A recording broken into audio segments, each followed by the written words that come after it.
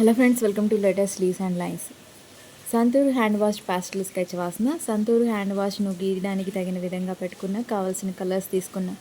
Hand wash bottle ఎలా ఉందంటే white label పైన వైలెట్ నేమ్తో, లేబుల్ కింద పార్ట్లో మదర్ డాటర్ ఉన్నారు, పై పార్ట్లో శాండిల్ స్టిక్స్ కొన్ని లీవ్స్ ఉన్నాయి. బాటిల్ మొత్తం హ్యాండ్ వాష్ లిక్విడ్ వలన ఆరెంజ్ కలర్లో కనిపిస్తుంది.